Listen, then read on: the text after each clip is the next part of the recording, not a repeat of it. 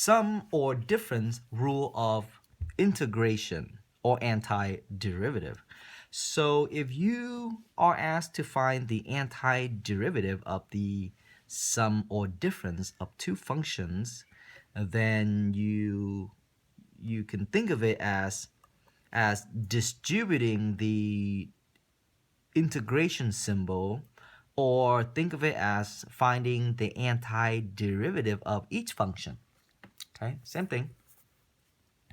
If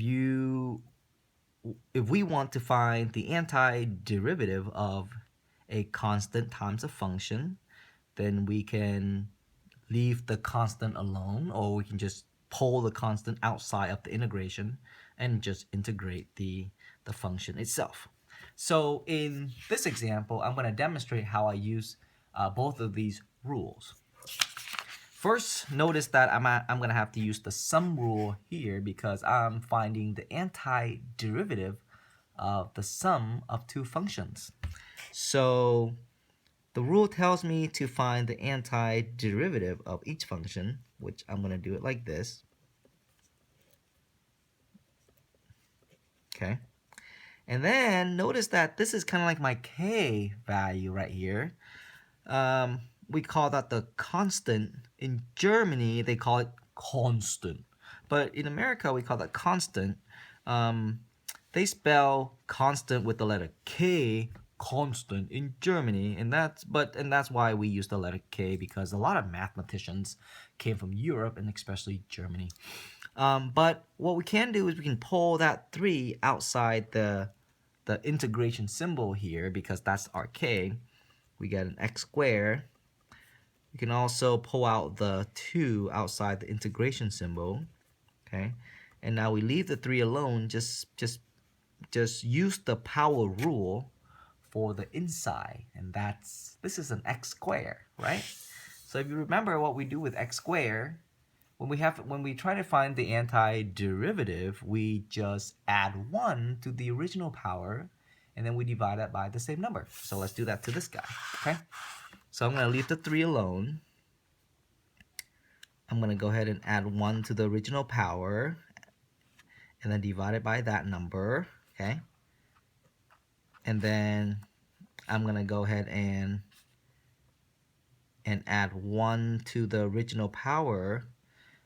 Keep in mind that currently there is a power of 1, so if you add 1 to it, you get a 2. Divide that by 2, and then you follow that with a plus c. Okay, and then notice that these 2 cancels out, so are those. We're left with x cubed plus x squared plus c. That is the general antiderivative of 3x squared plus 2x. Think about it. If you take the derivative of that, don't you get 3x squared? If you take the derivative of that, don't you get 2x? If you take the derivative of that, don't you get 0? And so it's not needed to be written into the problem. There you go. Awesome.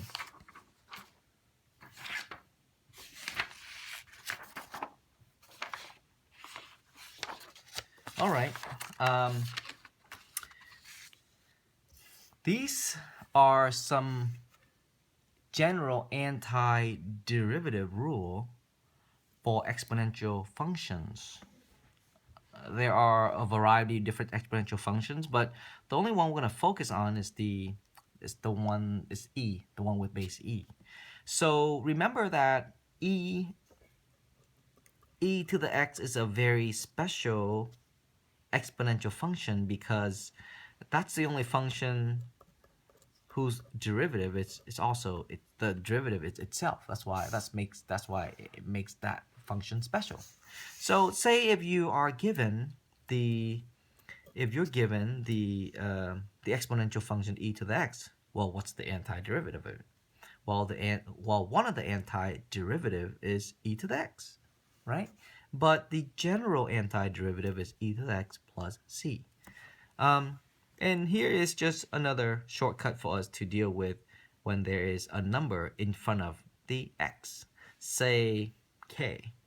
If you have a function e to the kx, right? E to the kx right here. then the antiderivative is basically leaving that function alone, but multiplying it by 1 over k, whatever that number is. Okay? This is one of the antiderivative, but if you want the general antiderivative, then you add a letter c afterward, and that's what this tells us. Okay, applying the rule to the general antiderivative of e to the kx to find the antiderivative of e to the 3x. So we know that the function, the integrand, we call that the integrand, is e to the 3x. So then you can kind of identify that your k is really that 3.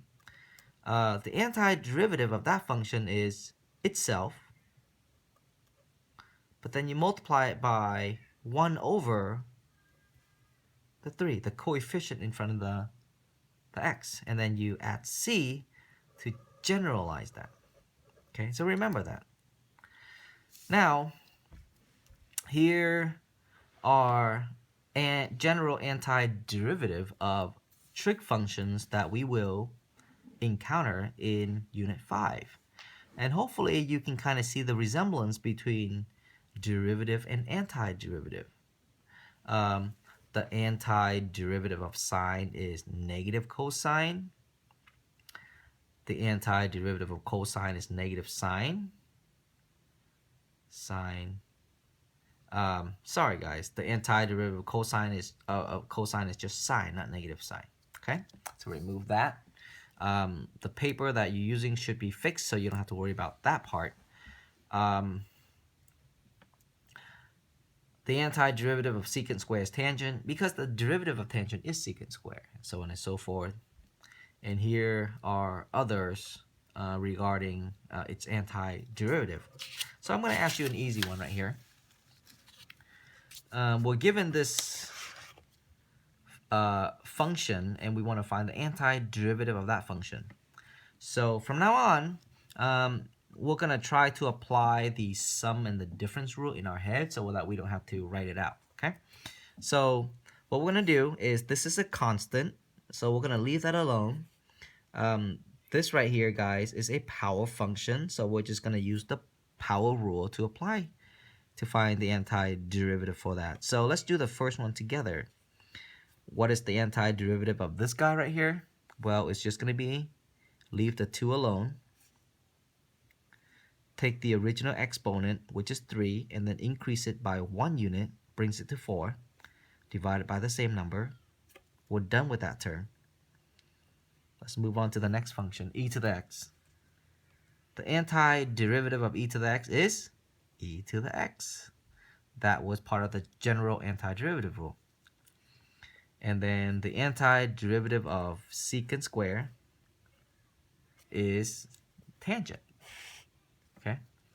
Tangent is a function whose antiderivative is secant square. And then you add a c at the end for the generalized form. So this simplified to x to the 4th plus e to the x plus tangent of x plus c, and we're done.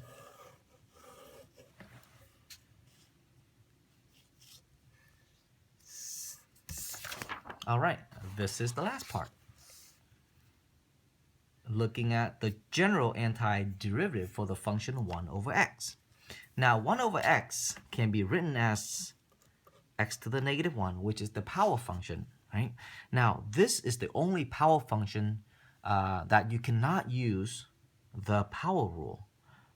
Or in other words, the power rule isn't applicable to this power function, specifically the one that got raised to the negative 1.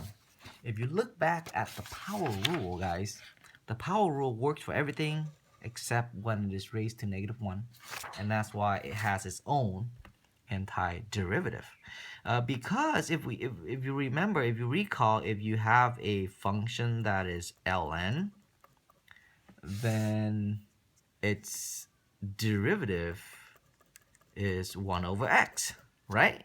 So if you have a function that's 1 over x and you want to find the antiderivative, it makes sense that it is ln. So there you go.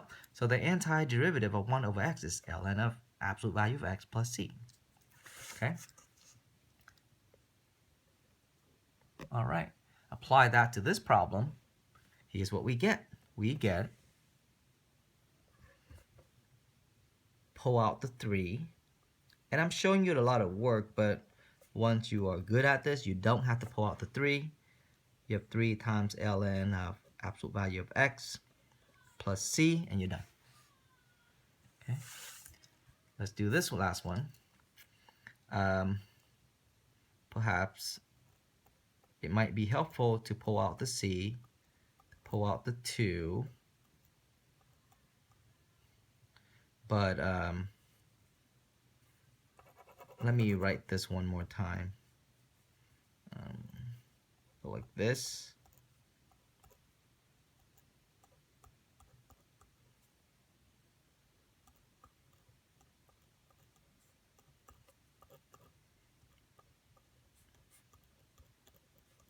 So I only fixed that one and this one, but I left everything the same. And now I apply the rule that's applicable. So this is the ln, the antiderivative of 1 over x is ln. So it becomes 4 ln of x, absolute value of x, plus we have to use the power rule for this guy. So remember that when I turn this into a power function, it's really x to the negative 2. So when I add 1 to it, I get negative 1, and I divide it by the same power. That's the power rule, right? And then I use the exponential rule, which says I leave this guy alone, and I go 1 over minus 2, whatever that k is. This is a power function, so I use the power rule for this. I take 1 over 2 plus 1. If you add 1 to 1 over 2, you get 3 over 2, divided by the same number. And then the antiderivative of sine is cosine. And then you add a c at the end. Now we're just going to simplify this a little bit. That becomes that. This becomes minus 2 over x. This becomes minus 1 over 2e to the minus 2x. And then remember that you can flip this. So this becomes 2 over 3x to the 3 over 2 minus cosine of x plus c. Okay, that's the antiderivative of that function, which isn't too bad. And if it is, take your time, watch the video again so that you can understand the process of finding the antiderivative. There are a few rules that we follow, and that's it. All right, so the main idea, and we're going to continue to develop understanding of the main idea in the next few lessons, but big F is the antiderivative. This is the symbol that represents the derivative, okay? If you take the derivative of the antiderivative, then you get the integrand, or you get the derivative. Another way to understand, another way to reflect upon what this statement is saying is, if you trying to find the antiderivative of the function, then you get the antiderivative, the general form of the antiderivative, which is represented by big F. You get big F. Okay. Let's review that one more time. The derivative of big F is little f. The antiderivative of little f is big F. Think of it that way. This symbol is saying find the derivative of big F, which we represent the derivative of big F with little f. Okay? This symbol is telling us to find the antiderivative of little f. And if we find it, we call it big F. Okay? Here's another way of looking at it. The derivative of the g function is g prime. Okay? The antiderivative of g prime is g. And hopefully this might be easier for you to understand. And once you understand this is just symbols, right? So big F right here is the antiderivative of little f. Just like how, g is the antiderivative of g prime. And so on and so forth, okay? All right, I will see you guys next time.